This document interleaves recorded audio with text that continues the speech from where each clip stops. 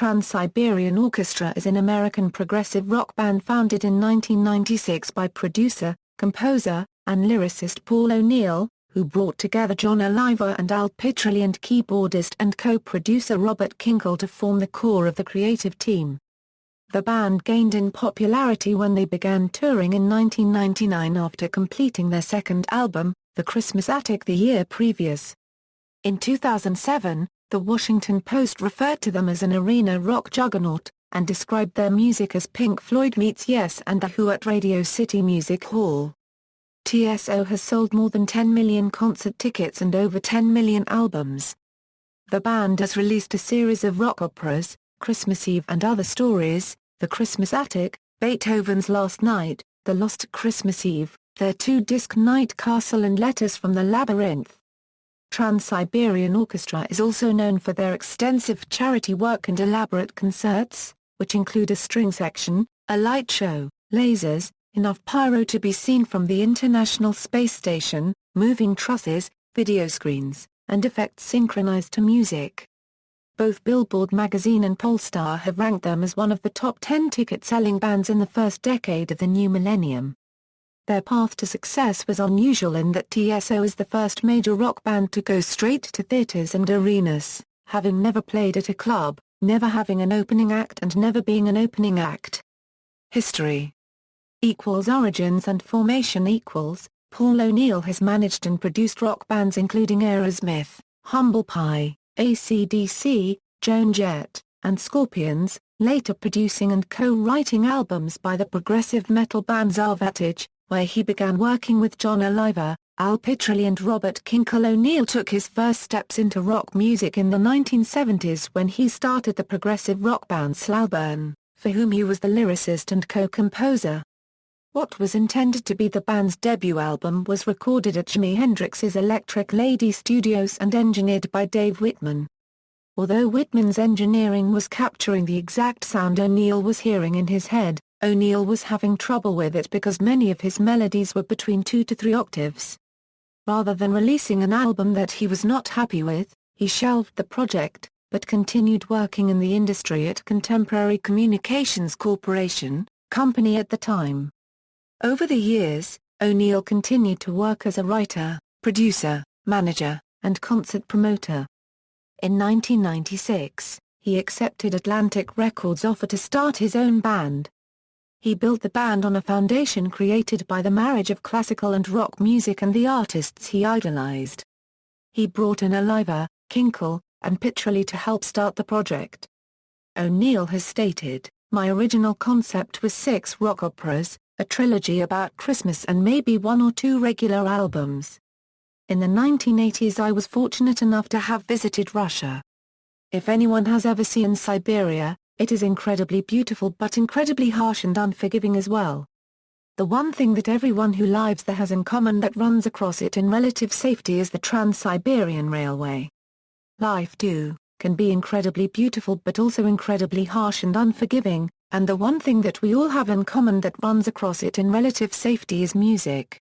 It was a little bit overly philosophical, but it sounded different, and I like the initials, TSO. Plans interrupted. O'Neill and John Oliva were preparing for the launching of Trans-Siberian Orchestra when their plans were brought to a halt with the death of John's younger brother, Zarvatage guitarist Chris Oliva.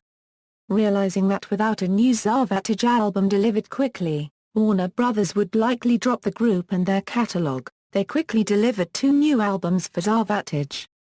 Not until they were sure that the Zarvatage situation was stabilized were they able to resume work on TSO. With Zarvatage stabilized, O'Neill decided it was time to launch Trans-Siberian Orchestra. However, the William Morris Agency had heard the rough demos and convinced O'Neill that it was too good to be a rock album. Owen Laster, O'Neill's agent, not only got him $30 million for production cost but also helped him to obtain total creative control over everything produced by him. Christmas Eve and Other Stories and The Christmas Attic their debut album, the first installment of the intended Christmas trilogy, was a rock opera called Christmas Eve and Other Stories, and was released in 1996. It remains among their best-selling albums. It contains the instrumental Christmas Eve Sarajevo 12/24, which originally appeared on Zarvatich's rock opera, Dead Winter Dead, a story about the Bosnian War. Their 1998 release The Christmas Attic, the sequel to Christmas Eve and Other Stories, followed a similar format. This album produced the hit Christmas Canon, a take on Johann Pachelbel's Canon in D major with lyrics and new melodies added. The Christmas Attic was first performed live in 2014. Beethoven's Last Night Beethoven's Last Night was completed prior to Christmas Attic but not turned into Atlantic Records until 1999 for release in 2000. The story begins when Mephistopheles appears before Beethoven, whom Paul O'Neill refers to as the world's first heavy metal rock star, to collect the great composer's soul. Of course, Beethoven is horrified at the thought of eternal damnation, but the devil has an offer and the bargaining begins. There are numerous plot twists, including the fate of his music, and the ending is based on a true but little-known fact about Beethoven. Also in 1998, at the request of Scott Shannon of WPLJ, they performed live for the first time in a charity concert for Blythedale Children's Hospital. In 1999, at the urging of Bill Louis, a DJ for WNCX in Cleveland, they did their first tour, during which they debuted sections of Beethoven's Last Night. They performed the album in its entirety for the first time during the spring tour of 2010. In October 2011, Beethoven's Last Night was released in Europe to coincide with their European tour, with new cover art by Greg Hildebrandt and the missing pages of poetry from the original release. The Mephistopheles songs are sung by John Oliva. To coincide with the 2012 spring tour, Beethoven's Last Night, the complete narrated version, was released by Atlantic Warner Brothers Record. This 2-disc deluxe edition includes all of the music from the original release and, for the first time, the narration featured during live performances of the album. It comes packaged with a booklet filled with Hildebrandt's illustrations of the story, plus the full lyrics and narration. The narration is performed by Brian Hicks, who has been handling the live narration on the tours for this album. Creator Paul O'Neill explains, "This is how I have always envisioned the story being experienced. Where the listener can relax, close their eyes and within minutes be wandering the streets of 1800s Vienna with Beethoven in the last great adventure of his life." The Lost Christmas Eve Whenever the band was off the road, they returned to the studio and in 2004 completed The Lost Christmas Eve, the final installment of the Christmas trilogy. It is a story of loss and redemption that encompasses a rundown hotel, an old toy store, a blues bar, a Gothic cathedral and their respective inhabitant, all intertwined on a single enchanted Christmas Eve in New York City. The next year they combined all 3 Christmas albums and released them in a box set titled The Christmas Trilogy, which also contained a DVD of their 1999 TV special The Ghosts of Christmas Eve. The Lost Christmas Eve was first performed live in 2012, followed by a encore tour in 2013. Critics once again called it stunning showmanship that included every trick known to mankind, including massive pyro, spectacular lasers, stages that hover over the audience, hot backup singers, all the while constantly connecting with their audience. Night Castle After another few years of touring, Night Castle, Trans-Siberian Orchestra's 5th album, was released on October 27, 2009, well received by fans and critics alike. It debuted at number 5 on the Billboard album charts. It was certified gold in 8 weeks and is now platinum. Their most ambitious and adventurous work to date. It runs the gamut from hard rock to classical, taking the listener on a journey through history, detailing the triumphs and follies of man, but is ultimately a story of transformation and love. Initially intended to be their first regular, non-rock opera, consisting of 10 standalone songs album, O'Neill credits John Oliva's persistence that it was too early for such a move and that the 5th album had to be a rock opera, insisting that TSO was not like any other band and that the fans expected a story. It was a little bit of a role reversal because when we were working in Zarvatich, I was always wanting to do a concept record. And the 2-disc set includes a version of O Fortuna from Carmina Burana by Carl Orff, which was previewed live by the band during their 2004 Euro 2008 tours. An MP3 version of the album released through Amazon.com contains an additional track entitled The Flight of Cassandra. The first half is a rock opera about a 7-year-old child on a beach who meets a stranger from New York City who tells her a story that takes her all around the world and through time, where she encounters various characters, many of which are based on historical individuals such as Desiderius Erasmus.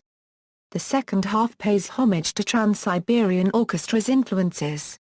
It also contains new versions of several Zarvatich songs as well as Nut Rocker, originally by B. Bumble and the Stingers and previously made famous by Emerson, Lake and Palmer, featuring Greg Lake on bass guitar.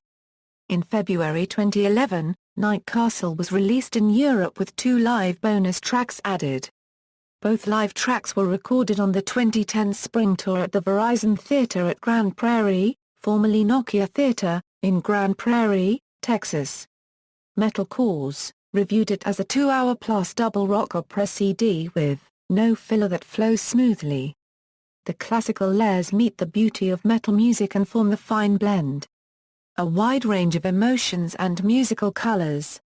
Tracks that will blow your mind. Hit play and wander freely in TSO's Night Castle. Dreams of Fireflies On October 30, 2012, Trans-Siberian Orchestra released a new 5-song EP entitled Dreams of Fireflies on Lava Republic Universal Records. It debuted in Billboard magazine's Top 200 Albums chart at number 9, and number 1 in the rock charts. It was the band's first EP, and with a list price of $5 or under was Trans-Siberian Orchestra's way of saying thank you to their fans. Rather than containing the usual TSO story, it was more like a Harry Chapin album where a short story is contained within the song.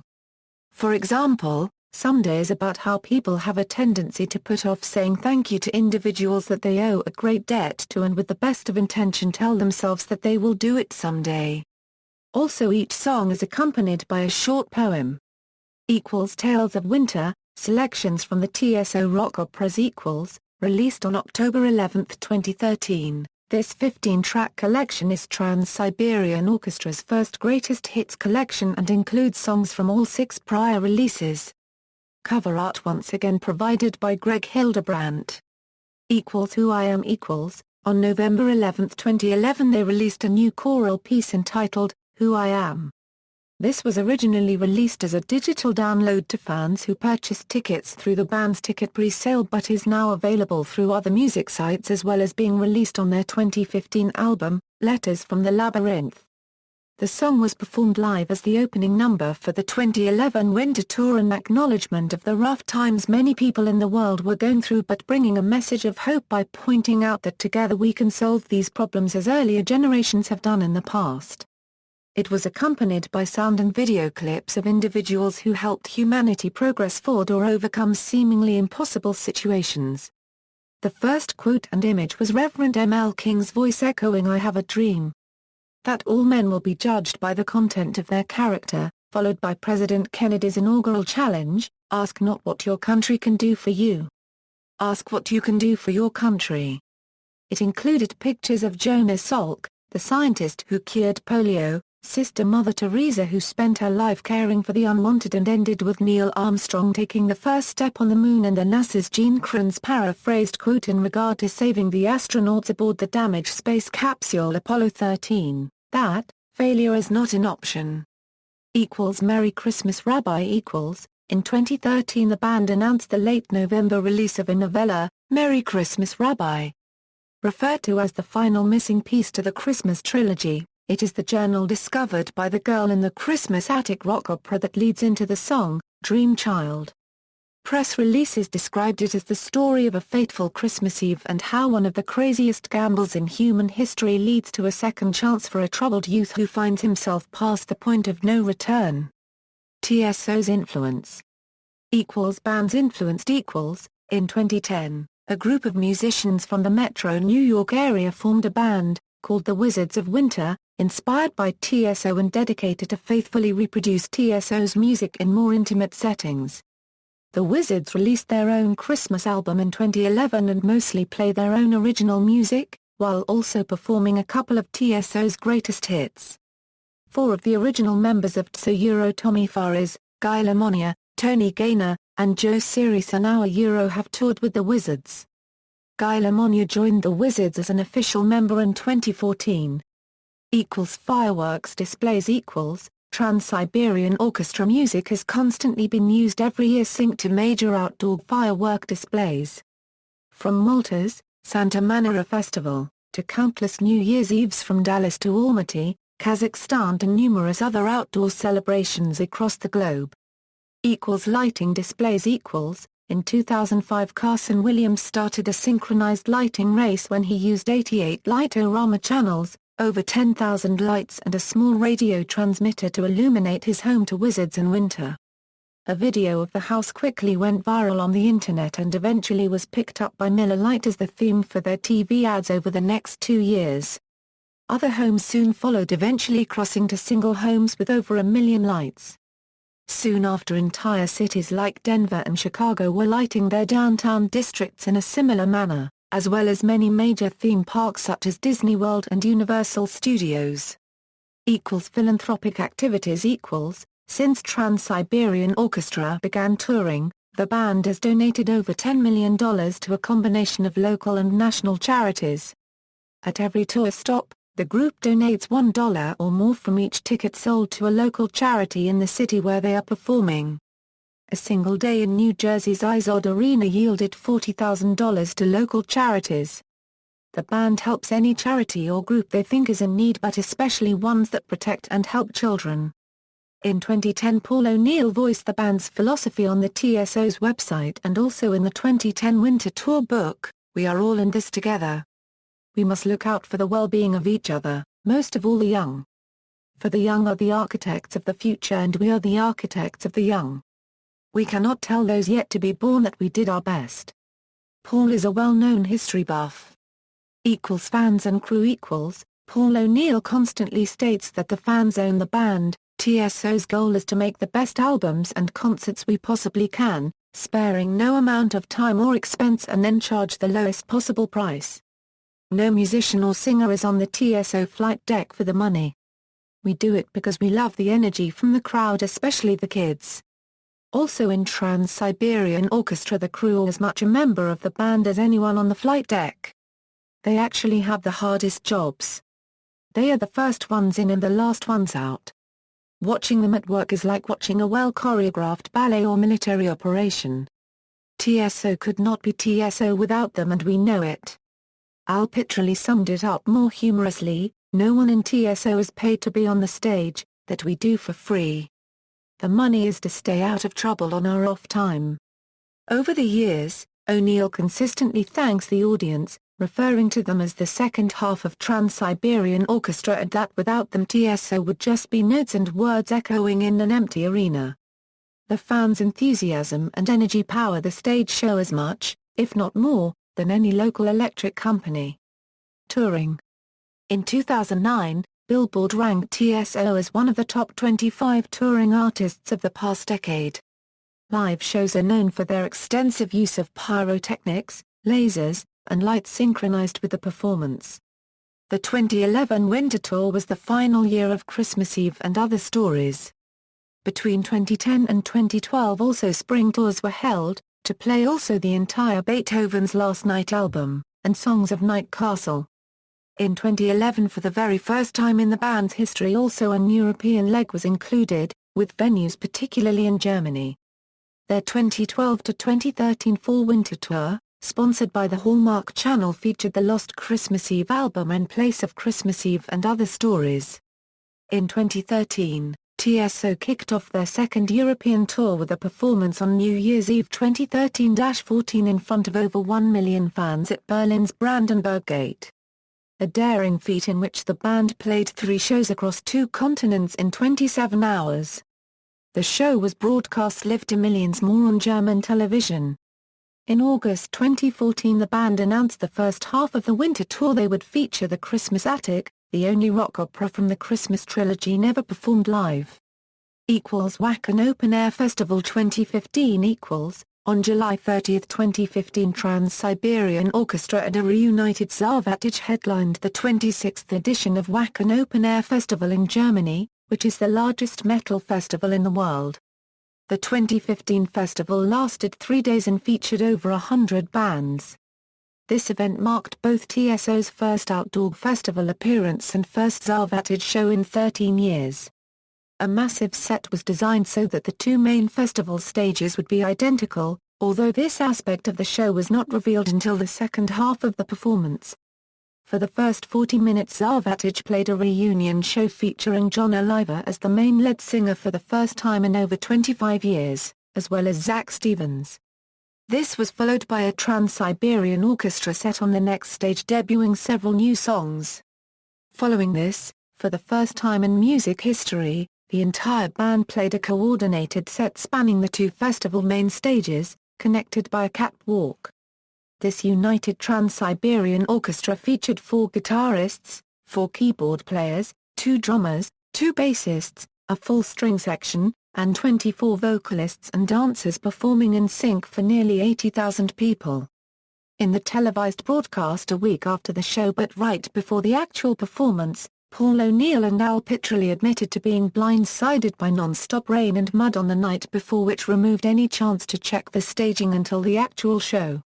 Metal Recusants, which favorably reviewed the entire event, said, "If all the above shows were spectacular and memorable, the Zarvatages and Trans-Siberian Orchestra show is a whole new level of shows. I have never seen such a thing take place before, and it was definitely a once-in-a-lifetime experience." List of touring performers.